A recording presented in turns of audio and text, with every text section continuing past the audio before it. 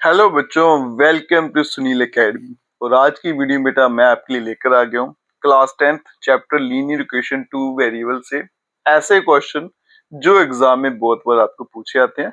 ये मेरे पास एक सैंपल पेपर है बेटा, उसमें ये दो क्वेश्चन मुझे दिखे तो सोचा आपके साथ शेयर किया जाए। एक एक करके सॉल्व करते हैं और में आए थे बेटा, दोनों इंपॉर्टेंट है। अब यहाँ देखिएगा, सबसे पहले था sum of a two digit number and the number obtained by reversing the digit is 66। Sum है बेटा एक टू डिजिट नंबर का, और जो रिवर्स वाला नंबर है उन दोनों का सम कितना है 66। अगर डिजिट जो है नंबर के वो दो से डिफर करते हैं, नंबर मुझे फाइंड करना है और ऐसे कितने नंबर यहाँ पे बनेंगे। ठीक है, अब यहाँ देखो बेटा, इसको सॉल्व कैसे करना है वो देखिएगा। इंपॉर्टेंट क्वेश्चन है बेटा, ये तो बड़े फेमस क्वेश्चन है सम ऑफ टू डिजिट नंबर वाले, और एग्जाम में बहुत बार पूछे जाते हैं। तो यहाँ देखिए बेटा, ये टू डिजिट नंबर है, इसको स्टार्ट कैसे करना है। यहाँ देखो बेटा, लेट कर लेते हैं डिजिट एट यूनिट प्लेस। देखो टू डिजिट नंबर है ना, तो एक वंस प्लेस होगा या फिर यूनिट प्लेस, और दूसरा क्या होगा बेटा टेंस प्लेस। उसको एक्स ले लेते हैं, लेट कर लेते हैं बेटा डिजिट एट टेंस प्लेस।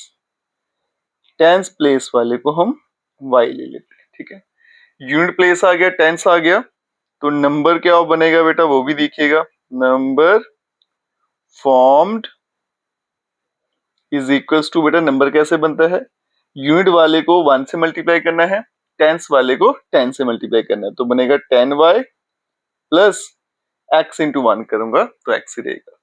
फिर रिवर्स नंबर भी बना लेते हैं बेटा, रिवर्स नंबर।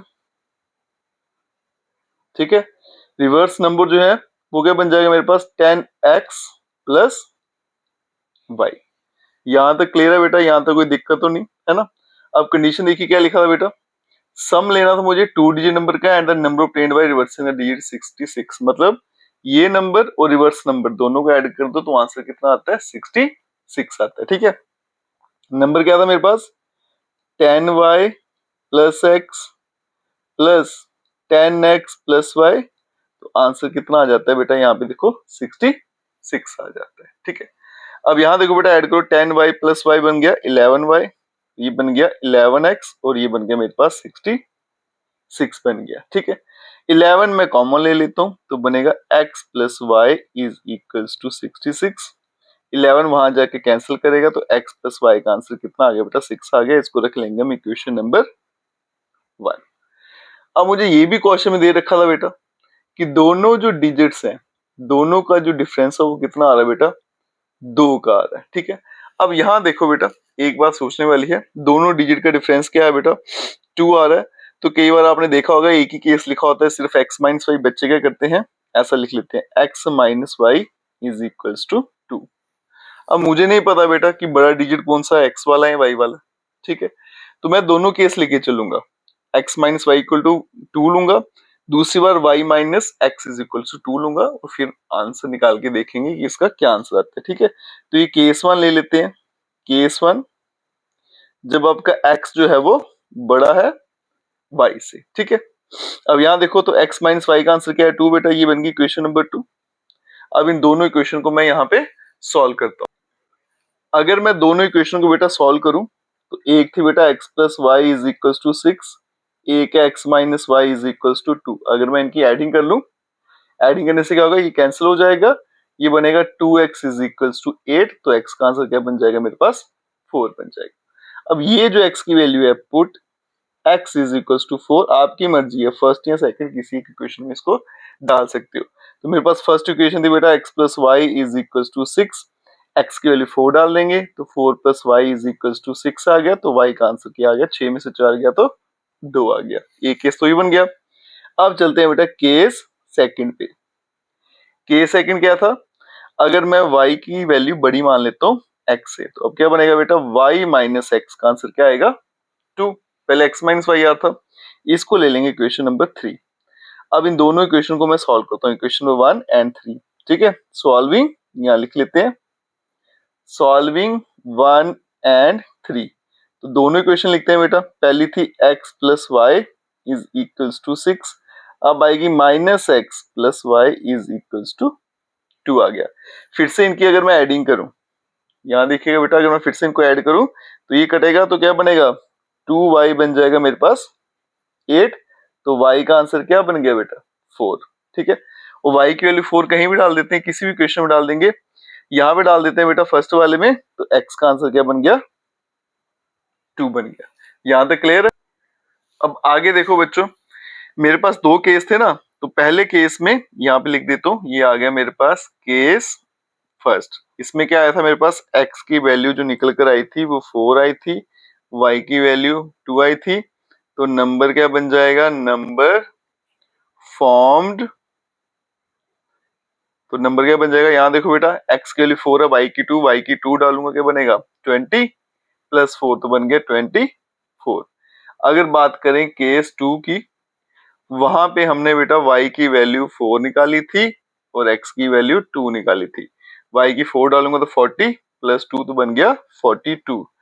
अब जो नंबर बना, नंबर फॉर्म्ड, वो बन गया मेरे पास 42।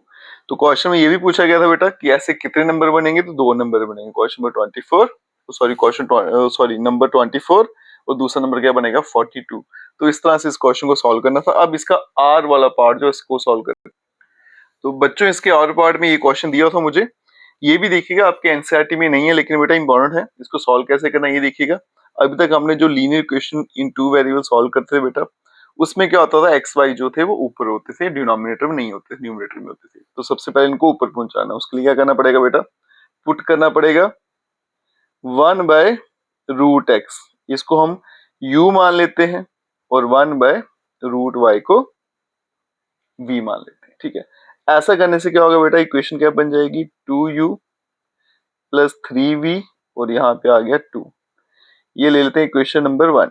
फिर यहाँ पे देखो बेटा 4u माइनस 9v, और यहाँ पे आ गया -1, ये ले लेंगे equation number 2।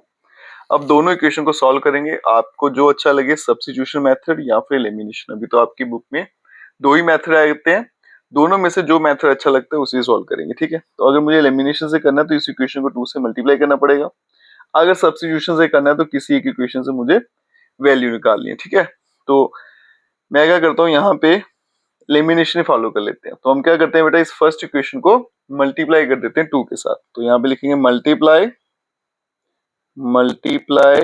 Equation 1/2 on both side. ऐसा करने से क्या होगा, ये बन जाएगा बेटा 4u प्लस 6v, और यहाँ पे आ गया 4। यहाँ पे तो already 4u minus 9v is equal to -1।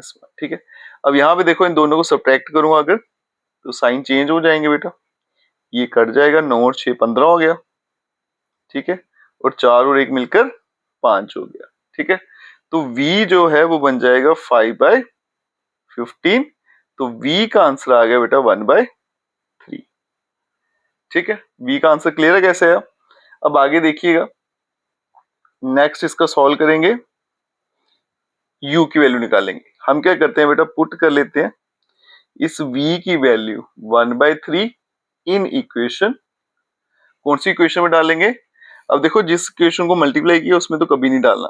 ठीक है, फर्स्ट या सेकंड दोनों में से जो आपको ठीक लगे, तो हम फर्स्ट में ही डाल के देख लेते हैं, इक्वेशन 1 में डाल लेते हैं। अगर यहाँ डालेंगे क्या बनेगा, 2u प्लस 3, b की वैल्यू 1/3 इज इक्वल्स टू 2, ये 3 कैंसिल हो गया, 2u plus 1 is equals to 2, 2u is equals to 1, ये माइनस होगा तो u का आंसर आ गया बेटा 1/2।